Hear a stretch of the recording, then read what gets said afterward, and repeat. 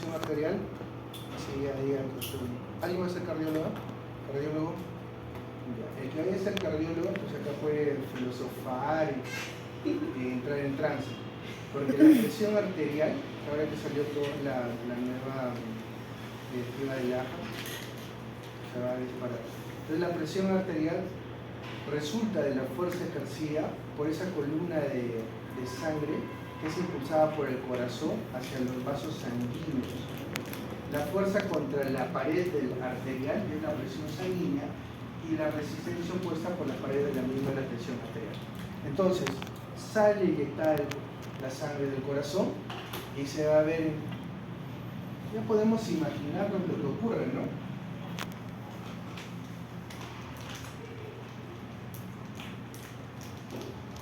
Pero más o menos es una... ¿Qué es lo que ocurre? ¿De acá qué cosas salen? El tronco vertocefálico, ¿no?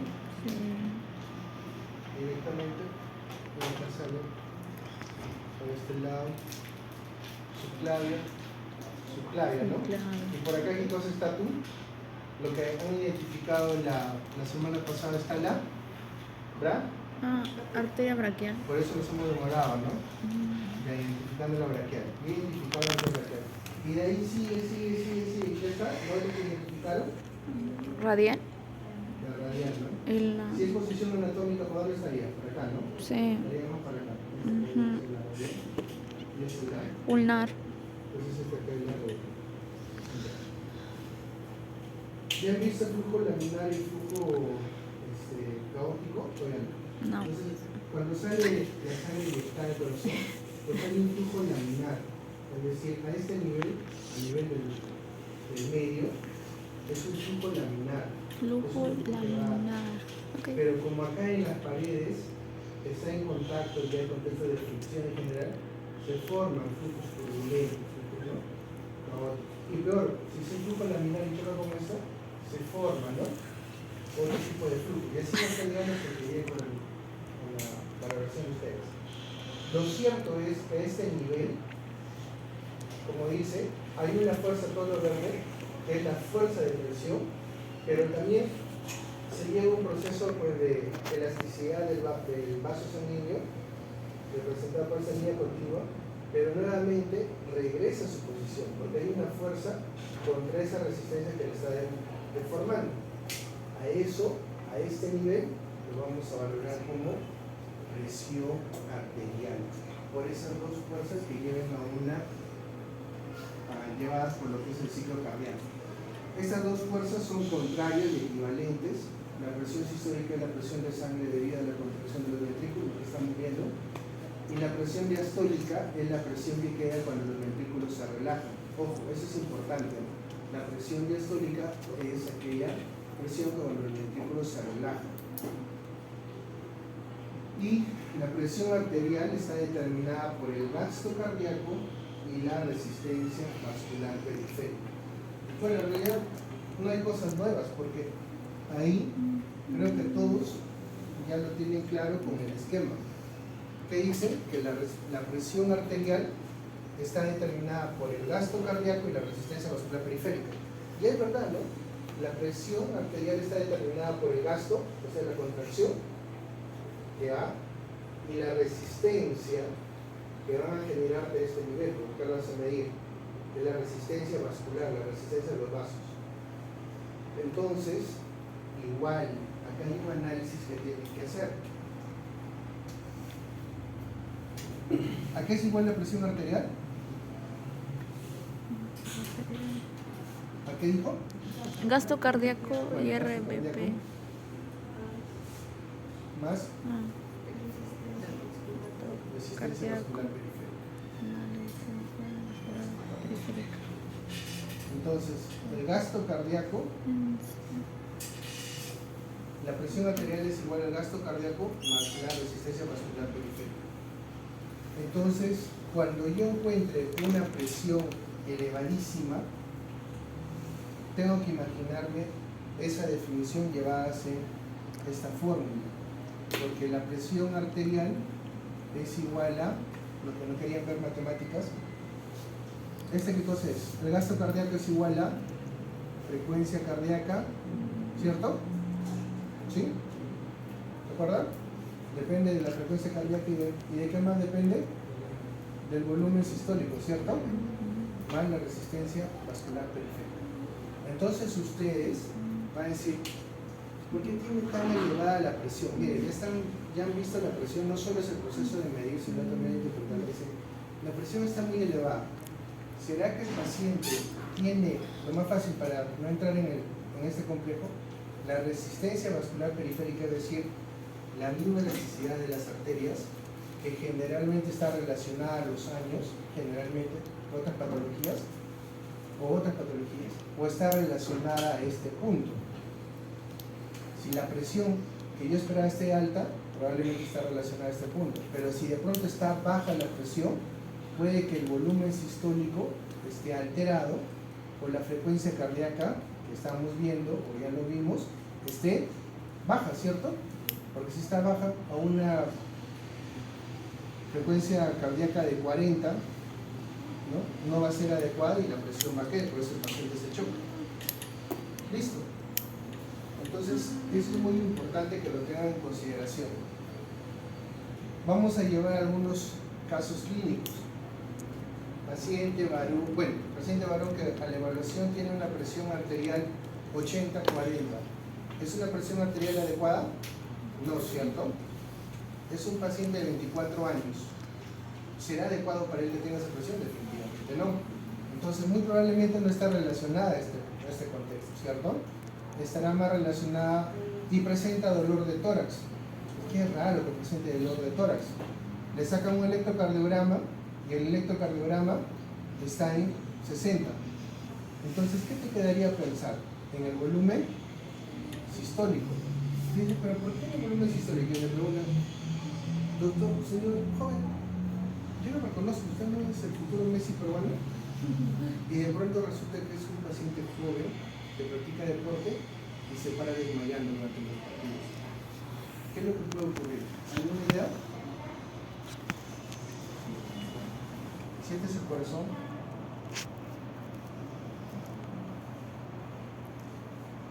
¿Qué ventrículo es el que se encuentra más desarrollado en la pared muscular? ¿El derecho o el izquierdo? El izquierdo. El izquierdo, ¿no? Si este es un poco más que el izquierdo, ¿no? Más que el derecho. Y así este es el volumen sistólico que inyecta un joven a su edad. Cuando hay y eso lo van a ver en clínica médica, es una cardiopatía hipertrófica. ¿Qué quiere decir?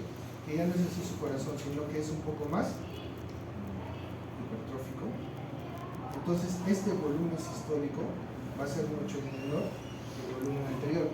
Entonces, te imaginas ese joven que por sí necesita una frecuencia cardíaca alta por el partido, pero su volumen sistólico no es adecuado.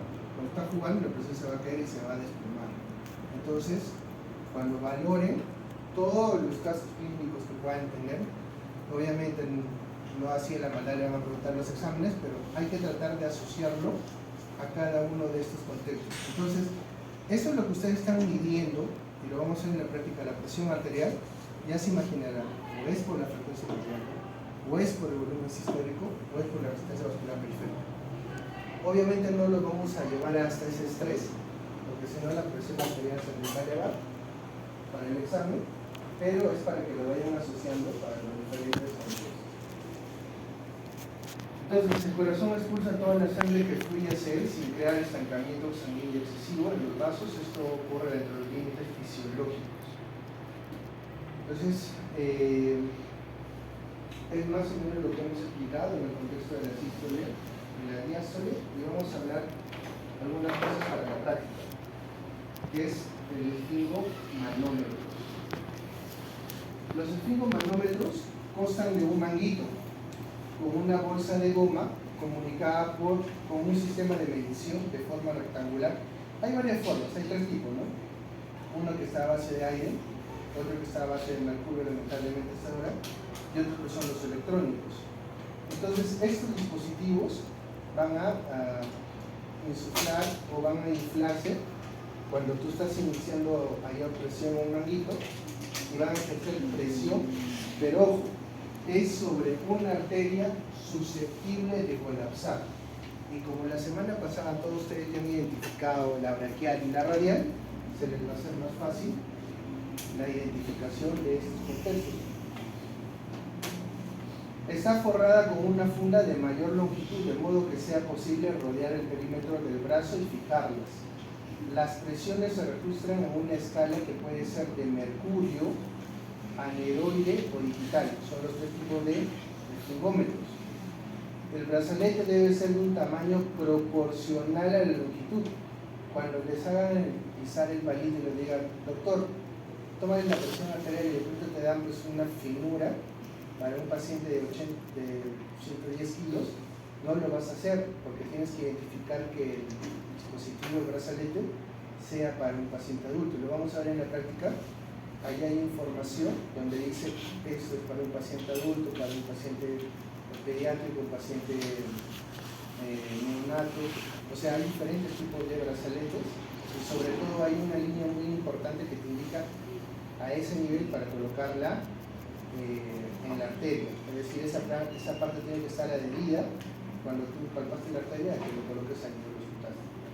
El brazalete debe ser también proporcional a la longitud y grosor de la extremidad, ya que se aconseja que la bolsa de goma cubra al menos 80% de la circunferencia del brazo. No es esa que parece en la camisa del trailero, así que está, pero así full, sino tiene que cubrir toda, tiene que estar así cubierta, ¿ok? Por lo menos un 80%.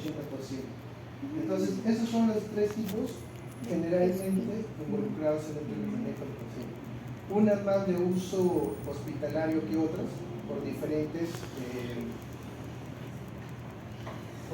contextos relacionados a la necesidad comentar. ¿Alguien tiene uno de estos dispositivos? Sí. Ya. Entonces, a nosotros en la clase que nos estamos enfocando en ser lo más precisos posible, ¿cierto?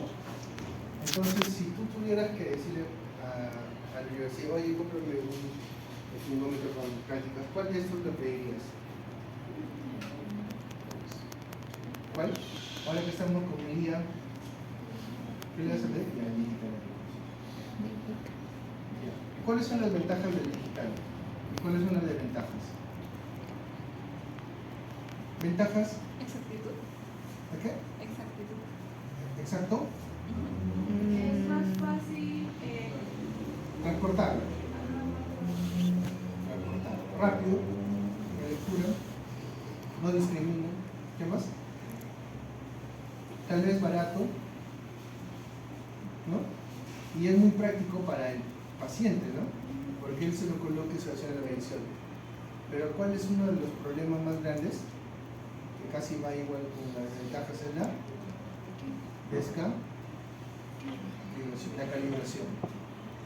Entonces, cada vez que los pacientes vienen o les traen las ambulancias, sí, ¿por qué me trajo? Entonces, y ustedes están ahí, sí, pero su presión está bien. ¿Por qué vienen? Por presión alta. ¿Cuánto estaba?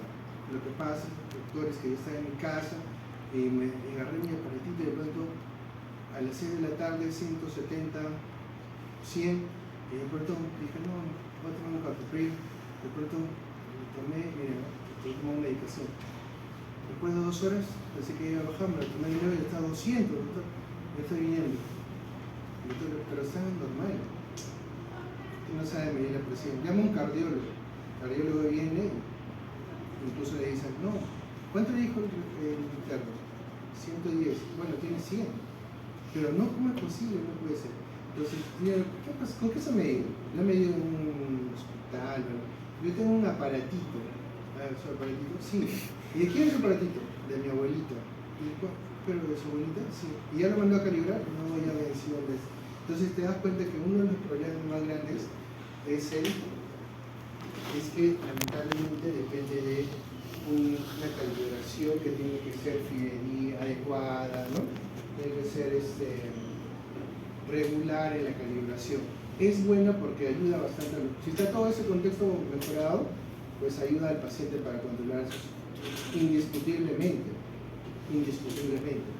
Eso no se lo quita a nadie. Pero uno de los problemas es la descalibración. ¿ok? Pero no, ojo que tampoco va a estar diciendo que es malo, sino que tiene que estar calibrado. El de mercurio, pues el de mercurio seguimos utilizándolo. Ya les conté de Minamata, creo. Sí, ¿no? Entonces seguimos utilizando, nos gusta. Entonces seguimos utilizando el contexto de, generalmente por el tamaño y por el uso del mercurio en general, se determinaría que debería ser utilizado netamente en áreas donde tengan estas medidas de seguridad como un hospital. Y el esfingómetro aneroide pues nos sirve para nosotros también transportable, ¿no? Todas esas características que lo vemos, transportable, rápido en general, de mayor sensibilidad y especificidad, y también sufren de proceso de descalibración. Entonces sería bueno que cuando vayan a rotar ustedes digan, ¿y cuándo fue la última vez que calibraron este esfingómetro? ¿Y qué decir del aneroide? Porque incluso tú abres, tú tomas la presión y tú, ¿con qué esfingómetro? Y de pronto tendrás una tela, o sea, está toda abierta, no tiene cuidado, o sea, tienen un tiempo de vida media, tienen un tiempo de vida, pero no es posible que te dé una, pues, hasta está deforme, la bolsa se sale por esto, o sea, tiene que ser lo más adecuado. Y el otro, pues igual, ¿no? Tiene que haber un calibramiento de lo que viene a ser este dispositivo. La técnica, la técnica para la toma de presión arterial con sfingómetro aneroide. ¿Qué es lo que vamos a hacer? Primero, idealmente,